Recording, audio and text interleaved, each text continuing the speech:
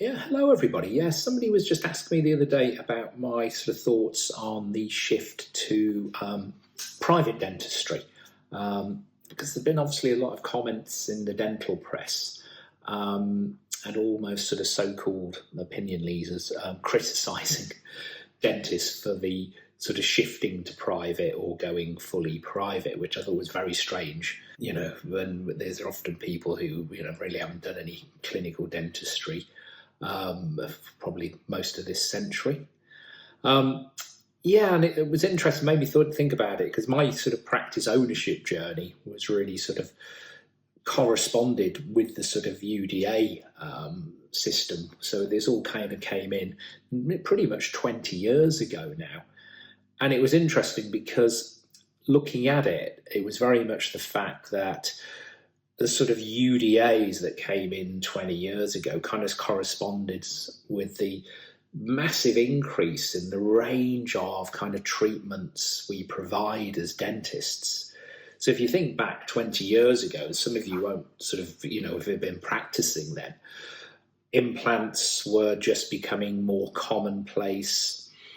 Within the last 20 years, we've had modern ceramics, EMAX going back, and then zirconia, and also modern composite techniques with heated injection molded composites with the sort of BioClear method, and then also short-term, more cosmetic focused ortho. And obviously none of those can be provided on the NHS. And in addition to that, it was the sort of technology that's come in over the last 20 years. So CBCT for implants, which I invested in the practice, intraoral scanners, which are becoming more commonplace, microscopes for endodontics, and then composite heaters, air particle abrasion for your composites as well.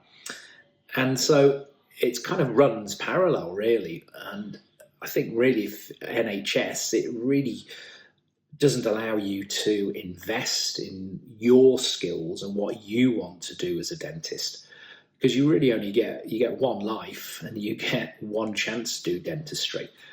And so if you go into private practice, you can run the ethos of the practice, you can decide what sort of private dentistry you want to do.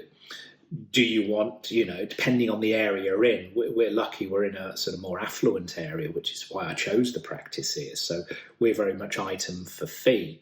But you can go down payment plan methods, you can go down capitation methods. So there's always options there for a lot of practices. And it's interesting, the latest data suggests that sort of 42% of practices are fully private. So dentists very much speaking with their feet. In addition to that, it's interesting that new graduates coming through, up to 30% of them are going into private practice and being mentored for that. And I think the whole reason is because you can invest in what you want to do dentistry-wise. You can invest in your training. You can invest in your education, equipment, technology, which is very difficult to do on the NHS. Also, you can run the ethos of the practice. You can pay your staff more potentially, so you can have better staff recruitment, better motivated staff. I think there's a whole just wealth of benefits for private dentistry.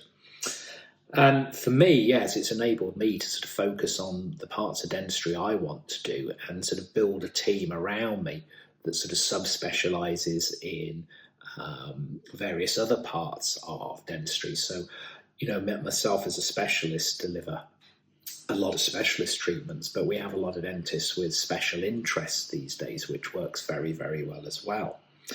So that was kind of my thoughts on that question. And I think it's something interesting to consider, because certainly I don't think anything's going to change with NHS dentistry. The BDA have sort of very much failed as a trade union in terms of changing anything. And I know the government are well-intentioned, but there is just no money for NHS dentistry. So, my honest opinion is, if you can go private, I would go privately, because you could just enjoy your dentistry and enjoy your life a lot more. So those were my thoughts. Thank you.